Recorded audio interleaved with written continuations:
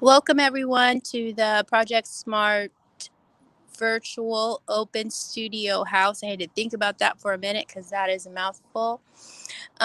Today we are going to be giving information about what we're going to be doing this fall and the first part of the winter for our activities.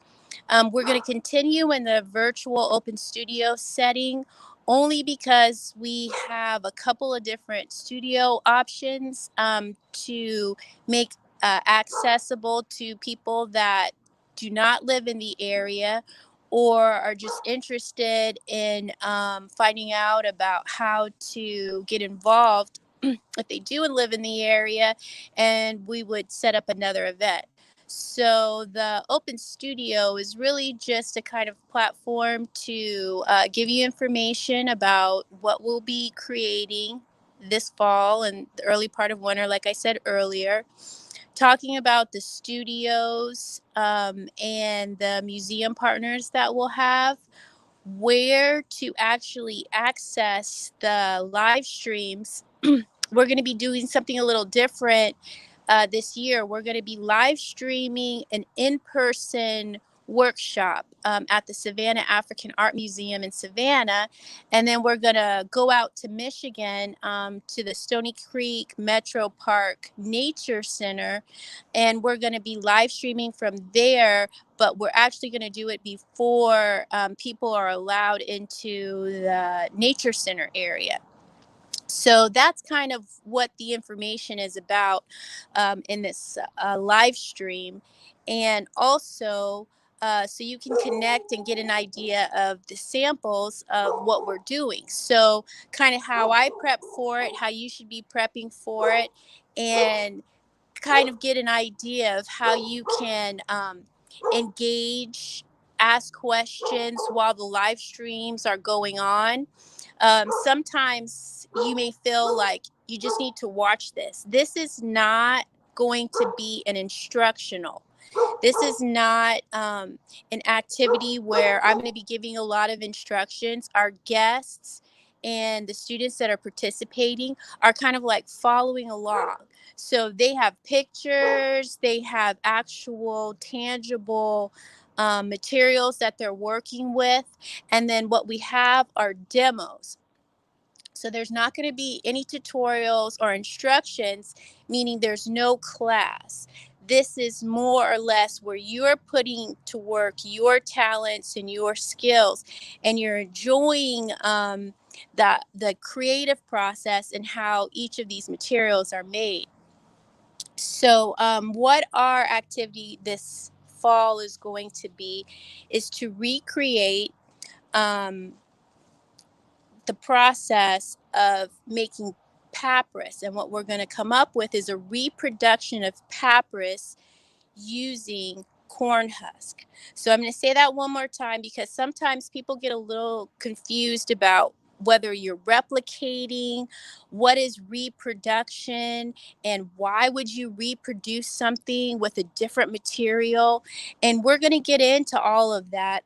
We're not going to do that at this open studio, the open house studio, because what we're doing is just kind of showing you the samples. We're going to be talking more about that at the workshop at the Savannah African Art Museum, and then again at the Nature Center in Michigan.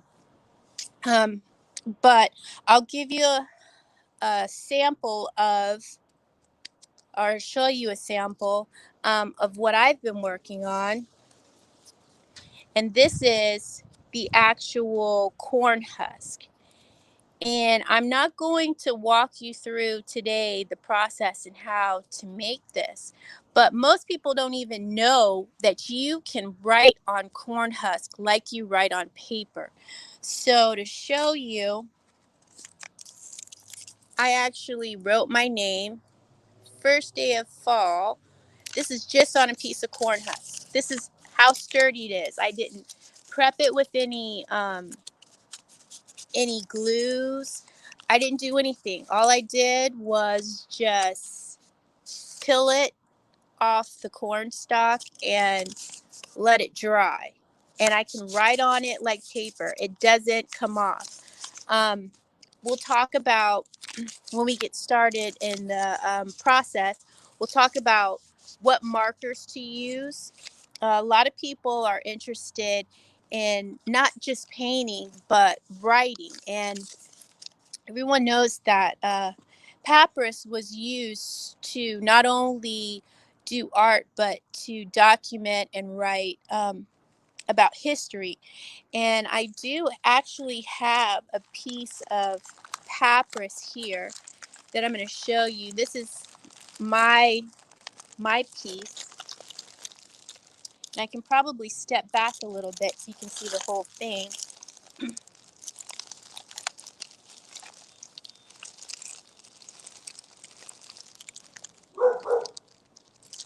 But if you look closely, you can hear the neighbor's dog because I'm outside barking along with us. But if you look closely, you're not listening to what's going on. You can actually see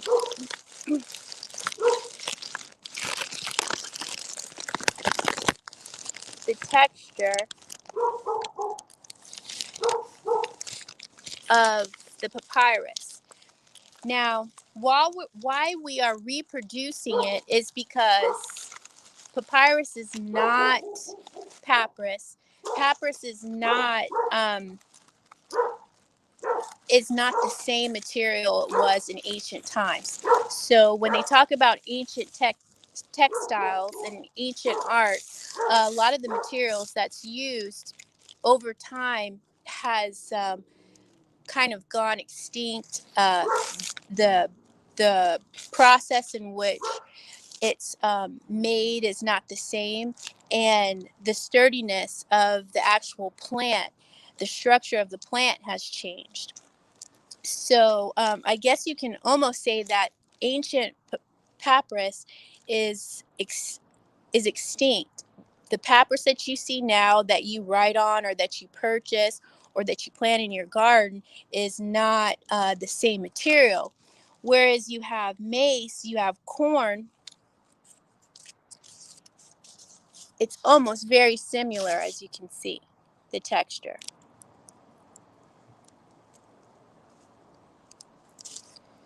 So with this, now what I did to get this piece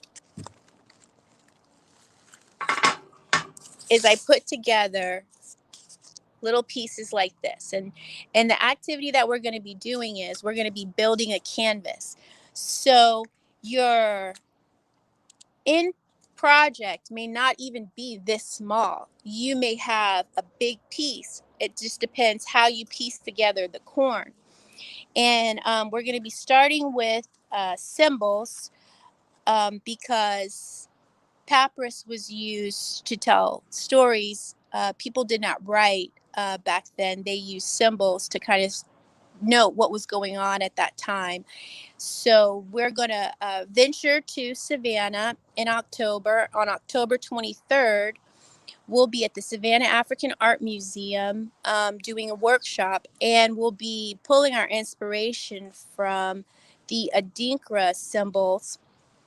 And then on November, we're going to explore Native American symbols and add in a little bit of crypto color as we talk about nature, to add an element of background to our project. So this is going to be something that you're going to have to plan your time for.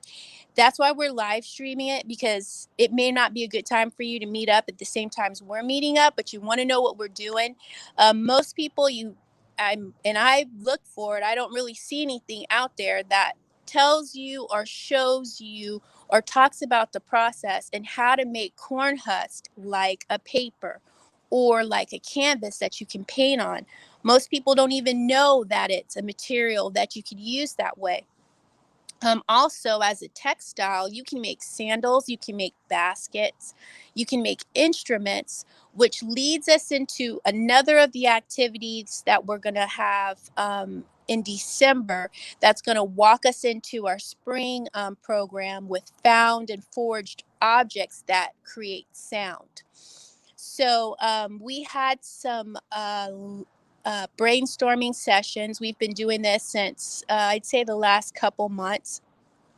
And these brainstorming sessions have been, well, what instruments can we reproduce using found objects or forged objects? Forged objects would be something maybe that you pick, just like you pick a found object. It could be something natural material, like from the ocean or something like that. Something in the aspect of nature. And then the found objects are any objects you find. You can even recreate an instrument, maybe take some parts and put some parts in. You can get as creative as you want to.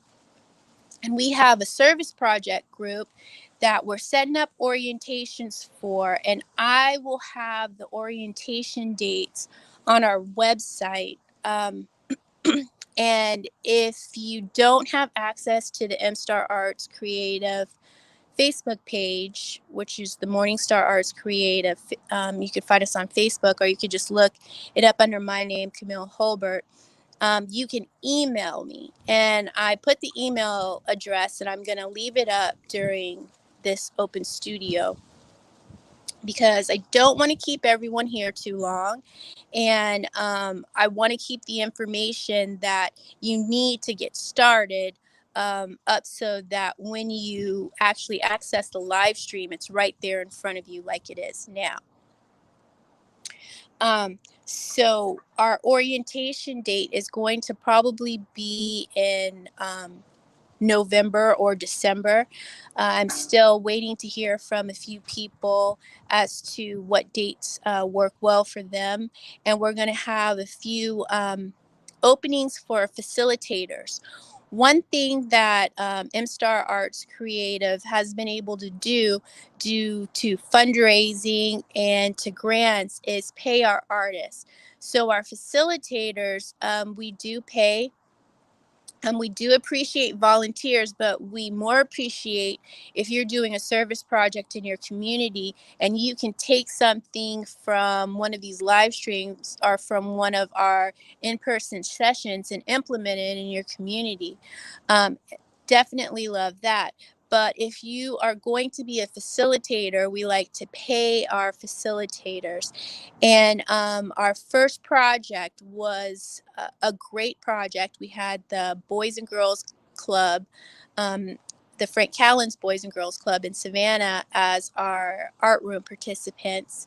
And we partnered with the city of Savannah, and that's how we launched these Project S.M.A.R.T activities.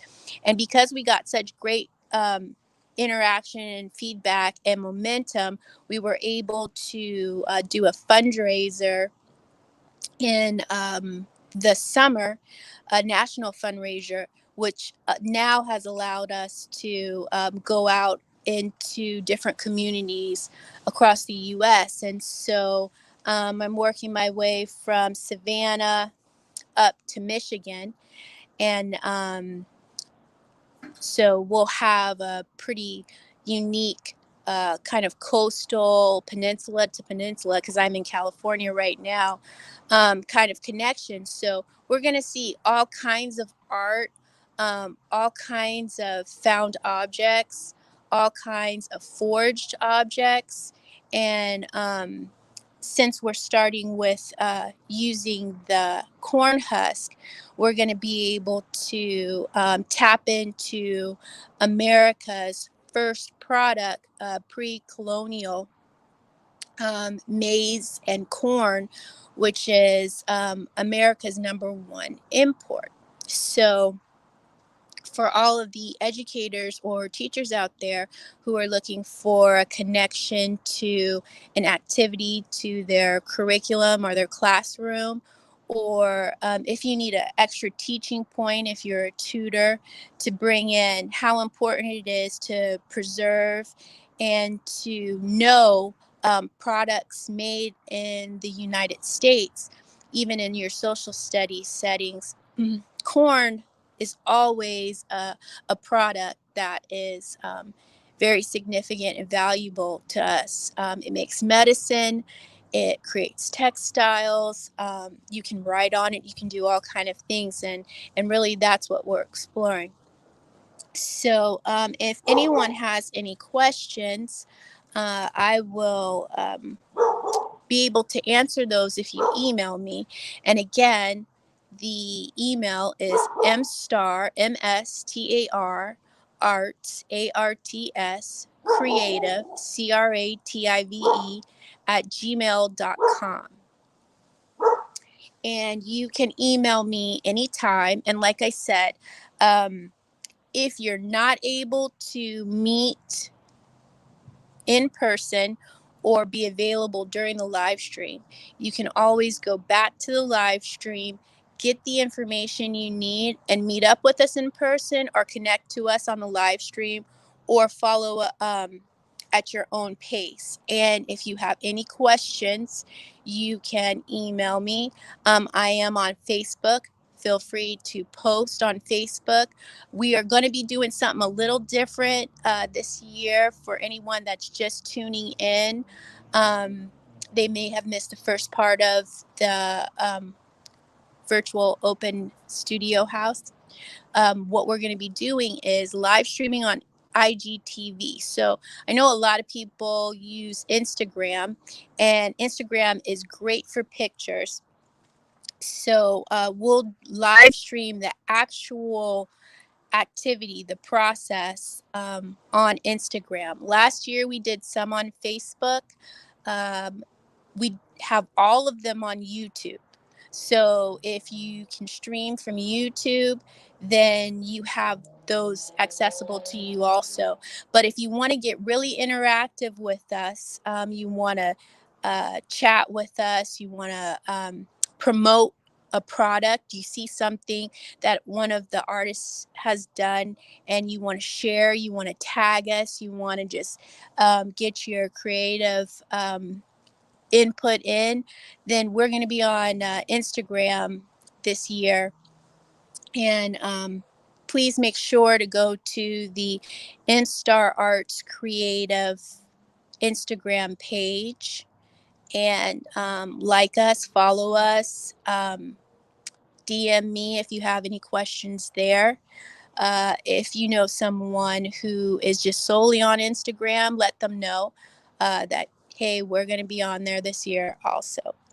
So, again, for those that are just now getting into the studio, I'm going to show one more time the sample and talk a little bit about, again, what we're going to be doing with the corn husk, what the end result of this project is going to be, what we're going to have, what product you're going to have if you're an artist and you're looking for something new, some kind of new flair to add to a project that you've been working on, adding in texture. We're going to be building a canvas from corn husk, and we're starting with little small canvas, and we're using symbols from Africa and from Native American cultures. And we are using acrylic paints. You can use pens as well, but acrylic paints tend to give it that little bit of pop. The acrylic seems to really like the corn husk. So we did that, and this is a sample, and I'm going to put it closer so you can kind of see.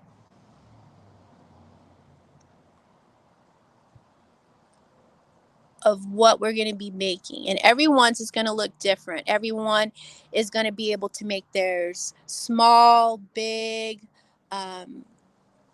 You're building your canvas, so you got to think about how you want that to look. And again, we're going to be approaching crypto color. So again, that means two different things. A lot of people hear the cryptocurrency, the NFTs. You see a lot of the colors that we're going to be using in the palettes. You're going to see that in NFT work. So we produced our first NFT from our last project. our first product was masked, and we used a lot of the patterns that we made from a previous activity. We're not going to display a product this year because we're doing this virtual open studio house. And the idea is that we don't want to show you or get you ready to buy something. We want you to create it. We want you to use the materials we're using and get creative with us. So it's going to look a little bit different. We're still going to participate in the Giving Tuesday, which you'll have seen from last year. We'll have a new Giving Tuesday campaign that will be in December, which will wrap all of this up. And then our product is going to be an NFT. So I'm excited about that because I've started work on this one. And I'm going to expand it a little bit. I'm going to get it a little bit bigger. But we have a lot of cryptocurrency and NFT people that follow us on Instagram.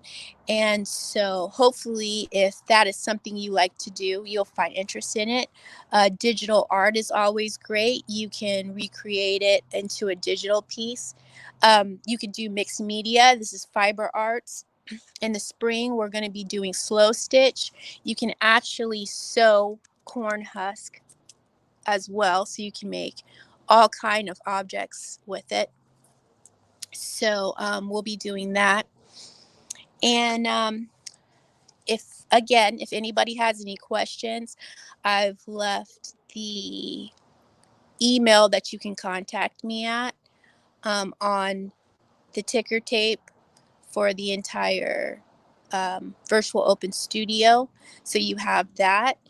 And that should be all you need to get started. If you have any questions, again, email me. Um, the schedule as to where we'll be is already up. So look for us on Facebook, social media. When you email me, I will give you a link to the website. We're still in the process of updating it because we're not going to have our activities up until October. So we've still got a couple more weeks to add in more information. That if anyone has any questions, any changes, any updates, we'll be doing that. So again, this is a pace yourself, take it easy, have a good time, learn something new kind of activity. And the live streams are to help people that can't get to the activity due to time restraints or location barriers. Also, this is great for anyone, any students that, we're still battling with COVID. If they find themselves quarantined or out of school for 2 weeks, they need to do an activity that is virtual, that they can show their teacher that they've done, that they've connected with something, that this also takes the place of that not being in person as well. So it just works out a little bit for everybody. So again, my name is Camille Holbert, and you can find me at on Facebook or on Instagram. And if you have any questions, please again reach me by email. And we look forward to seeing you.